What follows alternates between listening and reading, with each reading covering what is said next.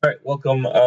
Today is August the 12th, Tuesday, and we are working on some stuff. What are we working on? Chapter 3 or Unit 3, we're doing 3.4 exponential relations and 3.5 applications of exponential relations. There are a few items that are due today. There's one quiz that's due today, 3.4, and two assignments that are due. The two assignments that I'm referring to are here under Unit 3. There's Unit 3 Task 2 Exponential Relations Thinking and Unit 2 Task 2 Exponential Relations Communication. So make sure you do both of these assignments and make sure you submit them before the due date. If anything is submitted past the due date, there will be late penalties, and if there's no submission, meaning you wait till the Dropbox closes, then you get a mark of 0. So once again, I repeat, anything past the due date will have late penalties apply, and then any no submissions will be marked as 0. So this is all due tonight at 11:59 p.m., but the Dropbox, I am closing it tomorrow at 11:59 p.m., meaning if you submit it after tonight, midnight, but at least before tomorrow, you won't get a mark of 0. All right. And yeah, let's get started then on today's. So your midterm marks should be coming out later on. Today's the 12th. Let me see. Yeah, it's today, August 12th. So once again, take that with a grain of salt, meaning don't hold your breath. It's not coming. It may not come today. So yeah. All right.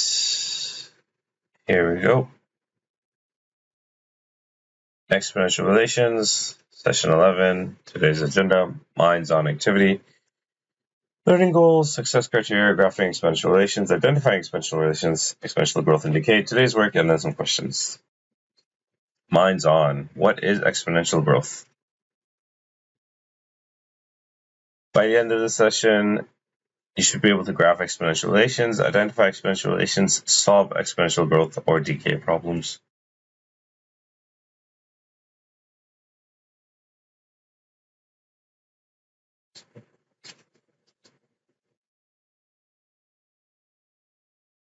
Success criteria: integrate information from an equation or a graph, identify growth and decay factors. Graphing exponential relations. How do we do it? So here we're going to learn how to graph the equation y equals 2 to the power of x.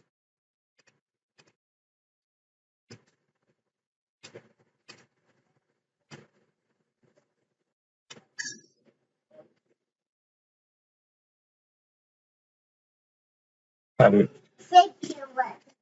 you, baby. How do we graph this?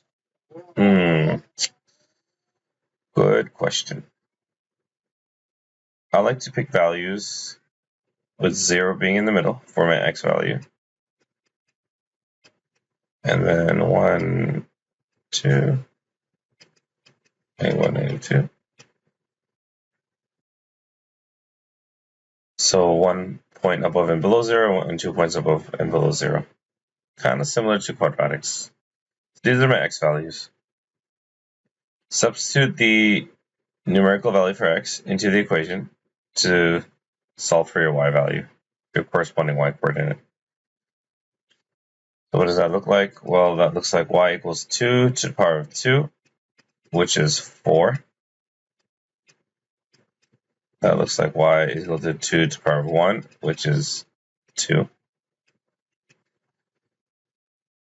Y equals 2 to the power of 0. Hopefully everyone remembers this one. This one's a little bit tricky, but anything to the power of 0 is 1. What about negative values, negative exponents here?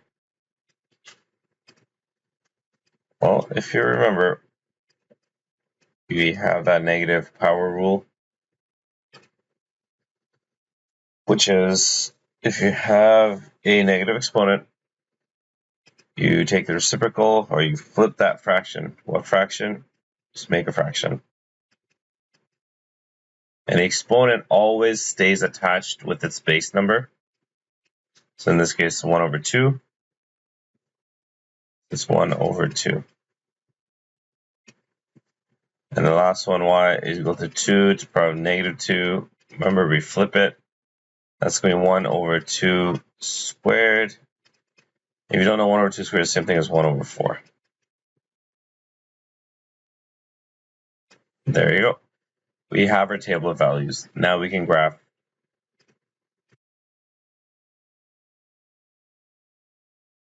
Let's erase this stuff here. So let's plot these points. 2 and 4 are pretty easy.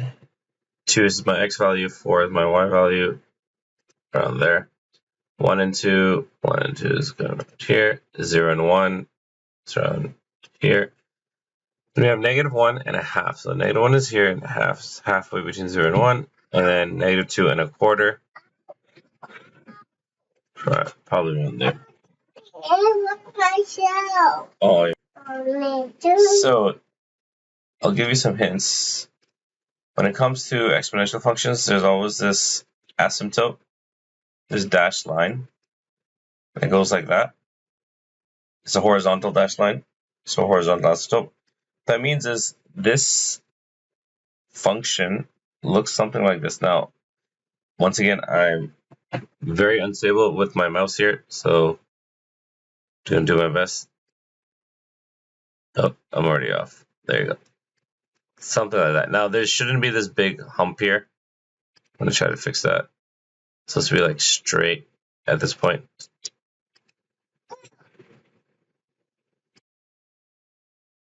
Yeah, like that. So straight and then straight up. That's what an exponential function looks like. And there you go. That's how you graph it. Some key points, which I will tell you now, are the y-intercept here. 0 and 1. This is always going to be a y-intercept. And if it's not a transformed exponential function, then usually it's 0 and 1. But depending on the function, it could be different. So let's do some more examples. Here we have graph the equation y equals 1/2 to the power of x. So this is slightly different than 2 to the power of x, but not that different. You'll see. Kind of share some stuff. Once again, we have our same values for my x coordinates. To get y, we do the exact same thing. Y is equal to 1/2 to the power of 2. And 1/2 to the power of 2 is just 1/2 times 1/2, which is 1 over 4. Next we have is y equals 1 over 2 to the power of 1. Well, anything to the power of 1 is just that thing. It's half. Then y equals 1/2 to the power of 0. Anything to the power of 0 is just 1. Pretty straightforward. Y equals 1/2 to the power of negative 1. Here we have something interesting. Remember when you have a negative exponent, what do? We flip the fraction. Well, the fraction here is 1 over 2. Becomes 2 over 1. And this to the power of 1.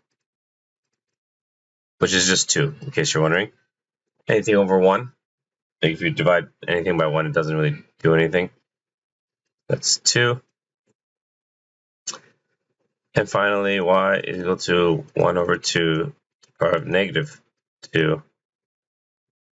We flip that fraction, and the exponent becomes now positive. So 2 squared is 4, and 1 squared is just 1, so it's just 4 over 1, which once again, anything over 1 is just that number there. So the answer is 4. And you'll notice that there's some similarities between this function and that previous function there that we graphed. The numbers are the same, except they're kind of in different order. 4, 2, 1, 1 half, 1 quarter, 1 quarter, 1 half, 1, 2, 4. The reason for this is they're related. They're kind of like, once I graph it, you'll see what it looks like. So let's do 2, 2 and a quarter. Quarter's like there, 1 and a half. There, 0 and 1. Negative 1 and 2. And then, oh, that was off, but that's fine. Negative 2 and 4. There you go.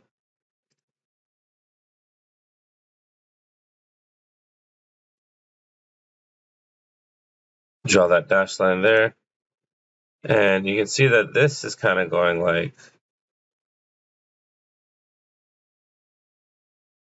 so once again, this is not 100% exactly accurate, but close enough. The reflections. Look, one is, starting from the left and then going straight up and right. The other one is starting from, well, I mean, if you're starting from left again, it's going like down and then to the right. But you know what I mean, the reflections. So that's how they're related. They kind of been reflected. That's it.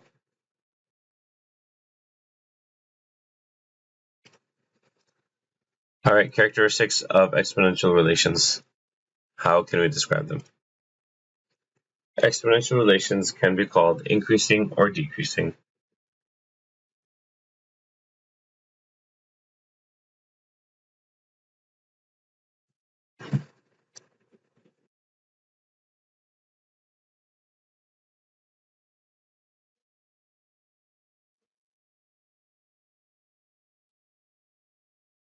Yeah, so they're increasing if the base is larger than 1. They're decreasing if the base is smaller than 1. What does it mean by base? Well, let's go back here. Base is the number that has the exponent. So in this case, my base is a half. And this example, my base is 2. So when the base is bigger than 1, it's called an increasing function. And you can see that this is increasing. As x is getting bigger, y is getting bigger. Exponentially bigger. It's getting like, it's skyrocketing. Here, as x is getting bigger, y is getting smaller, smaller, smaller, smaller, and getting close to 0, not actually ever touching 0. So this is considered a decreasing function. Okay, so this is a decreasing function. My base number is less than 1. It's a fraction or decimal. And this is an increasing function because the base number is greater than 1.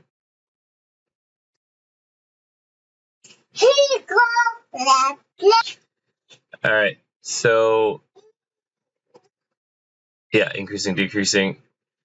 Now the steepness of the line can also be described. If a relation is increasing, the larger the base, the steeper the relation. If the relation is decreasing, the smaller the base, the steeper the line. What does that mean? Let's see. Here we have examples.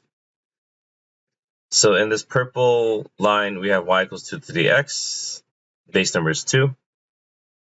And then this dark bluish line, we have y equals 3 to the x. Base number is 3.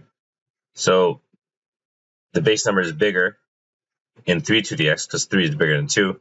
You can see the steepness, it's kind of more steeper. 3 to the x than 2 to the x. So that's what they mean. And on the flip side, if we have y equals 1 half, or y equals 1 over 3, which one's more steeper? Meaning steeper means more vertical, in case you're wondering. That's what. So which one is steeper? Y equals 1 half to the x or y equals 1 over 3 to the x? Well, y equals 1 over 3 to the x is steeper. It's more vertical. You can see that, right? And which one's closer? Which one's bigger, I guess you'd say? 1 half is bigger. 0.33 is smaller. So the rule here is whichever one is closer to 0, meaning smaller, for decreasing functions, the more steeper it is. So if the relation is decreasing, the smaller the base, the steeper the